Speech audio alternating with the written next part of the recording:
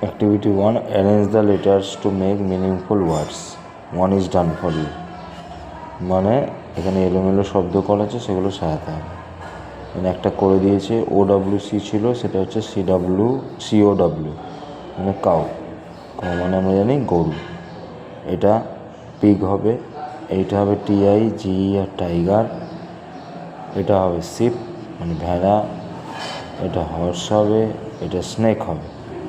Activity 2, এখানে দিয়েছে fill in the following chart.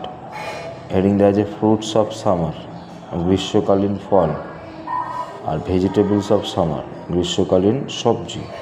গ্রীষ্মকালীন ফলে হচ্ছে ম্যাঙ্গো, আর একটা ফল হচ্ছে ওয়াটারমেলন মানে তরমুজ। ভেজিটেবলস অফ সামারে আছে কিউকাম্বার অ্যান্ড গর্ড। আর ফ্রুটস অফ উইন্টার, শীতকালীন ফলে আছে orange, grapes. Vegetables of winter হচ্ছে শীতকালীন সবজিতে হবে ক্যারট, কলিফ্লাওয়ার।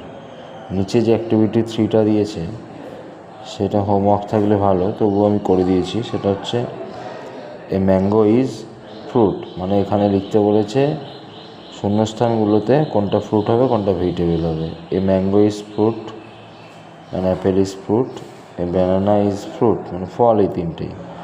এ পটেটো, এ ব্রিঞ্জাল দুটোই হচ্ছে vegetable. A lemon is fruit. বলে এইভাবে আজকে আমরা রিভিশন লেসনের অ্যাক্টিভিটি 1, 2, 3টা শিখলাম।